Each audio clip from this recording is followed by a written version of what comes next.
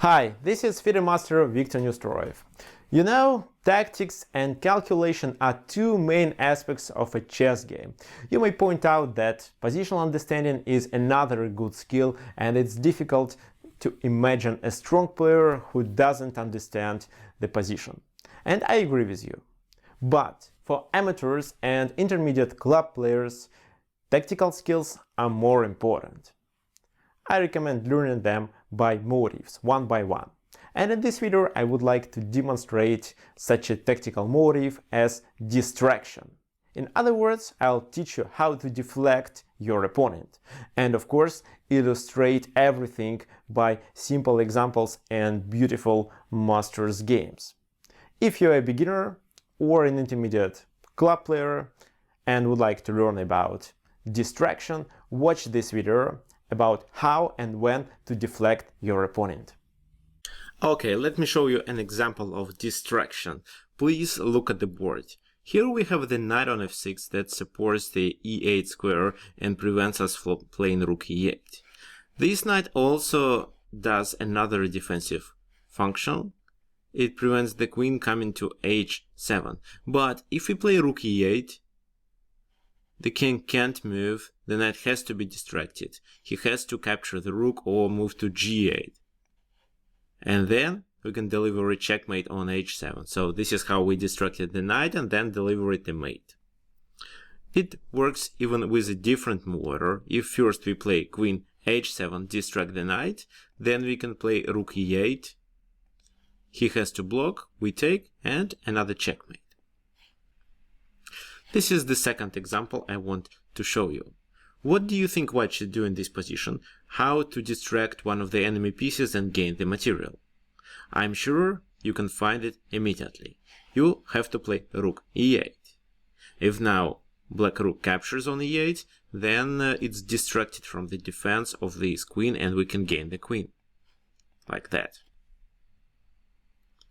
He can also try another move, king g7. But yes, the rook is not distracted, but now we attack the d8 rook twice. Rook takes d8. If, for example, he decides to take our queen, it's okay, we can capture with the rook and the position is winning. There is another technique of distraction. The distraction of a checking piece. So it's white to move in this position, white king is under a check. What do you think white should do? Move the king to e3, g3, or what? Okay, so here the best answer is to play knight f4.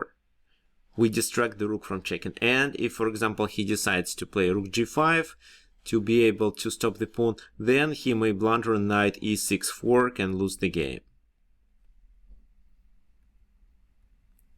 If, for example, he takes our piece, so we distracted the rook, but it's still checking us, then we can play king to g3, taking this rook, and there is nothing he can do to stop the pawn. So the rook here was distracted from its main function. With this rook, black wanted to go to the back rank or somehow go to the g file and stop our pawn. But by playing knight f4, we can say that we attracted the rook, but at the same time we distracted it from the g pawn, because after king g3 there is no way for this rook to stop the g pawn and white wins. Now let me demonstrate an example of distraction that happened in Masters games in the beginning of 20th century. This is the game between Edwin Ziegler Adams and Carlos Torre Repieto. White played e4, e5, knight f3, d6. This is Philidor defense, d4, e takes d4. The most common move in this position is knight takes on d4, but queen takes d4 also deserve attention. So knight c6. Now the queen is under attack. If we don't want to spend the tempo on a queen's move, we have to pin. But after bishop d7 looks like, again, we have to either play with a queen or trade the bishop for a knight.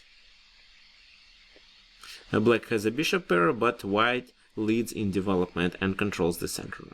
Knight c3, knight f6, castle, bishop e7, And this is where Adams decided to occupy the center with his knight and force the trade of one of the bishops.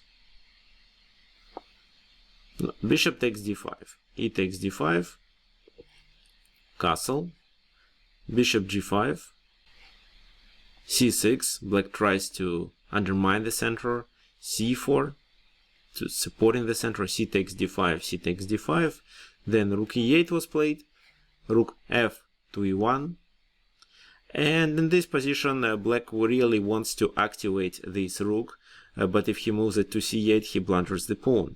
That's why he played a kind of a weird move. He played a5. Instead, maybe he'd better play something else, maybe even b6 could work, or h6. Yeah, I think h6 was the best option in this position to chase the bishop to create an escape square for the king. But anyway, a5 was played, rook e2. Kind of a tricky move. Of course the idea is to double, but black plays rook c8, and this is how black didn't just estimated the dangers of this doubling maneuver. Rook a to e1, putting the pressure on the e-file, queen d7. What do you think white should do? White decides to take the bishop, this knight with the bishop. So probably g takes f6 was the best option in this position, after which we can play something like maybe rook e3, knight h4 and start the kingside attack. This is what black didn't really want to get and took with the bishop. But he didn't realize that in this position white can apply a really beautiful maneuver of distraction. Queen g4, distracting the queen. Oh, it's obvious that if queen takes rook, and then white rook captures on e8, finally with a checkmate. That's why black has to play with the queen, and at the same time keep the queen on this diagonal to protect on e8. That's why queen b5 is played. But white continues to distract. Queen c4, queen d7. We should distract either this rook or this queen. Queen c7. Queen goes to b5 again. Oh, you see the queen wasn't hanging. That leads to a checkmate. So queen b5 was played in the game. For example, in this position, queen b7, what looks quite attractive, was a decisive mistake. Because in such a case, queen e2 can be played. Rook captures e2, and after rook c1, now black checkmates. Like that. If, for example, here we capture on c8, then queen takes e1, knight takes e1, and rook captures queen, black has extra rook. That's why after queen b5, white has to prepare something really tricky. And he plays a4 to attract the queen to a4, because after that he plays rook e4 with the same idea, to distract either this queen or this rook. For example, if rook takes on e4, queen c8, queen e8, and then we checkmate.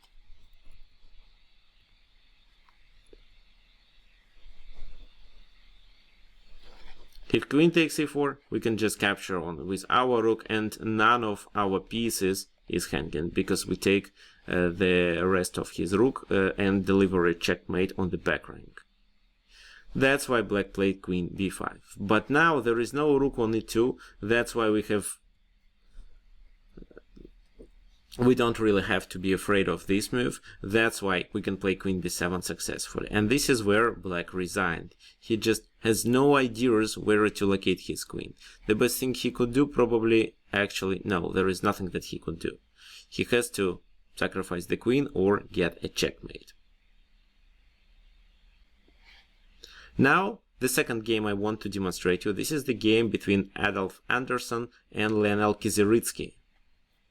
e4, e5, f4, King's Gambit was popular at that time. This is another game played in the beginning of 20th century.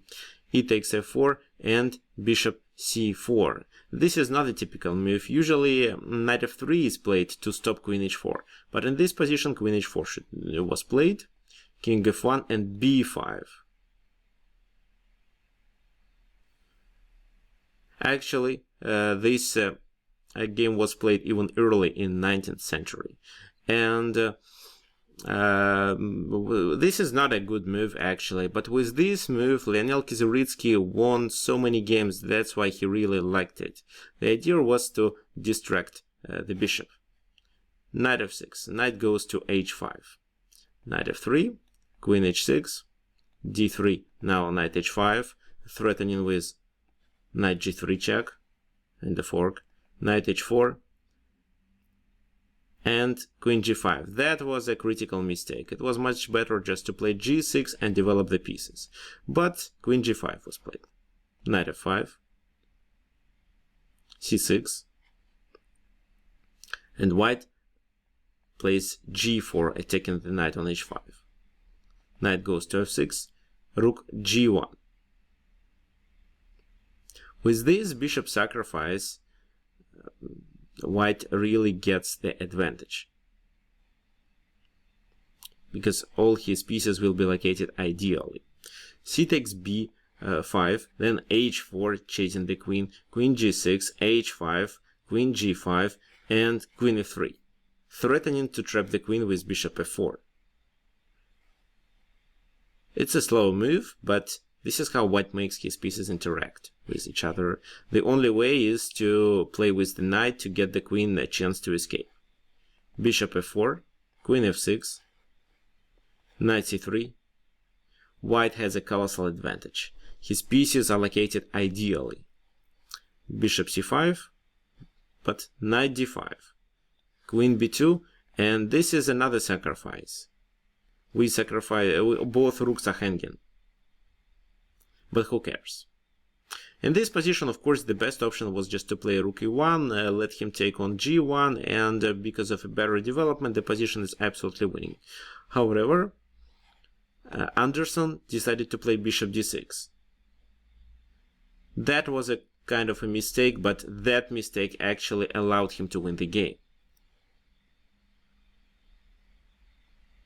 Of course, in this position, queen a1, king a2 and queen b2 could give black practical chances to get a draw, but for some reason Lionel Kizuritsky decided to capture the g1 rook.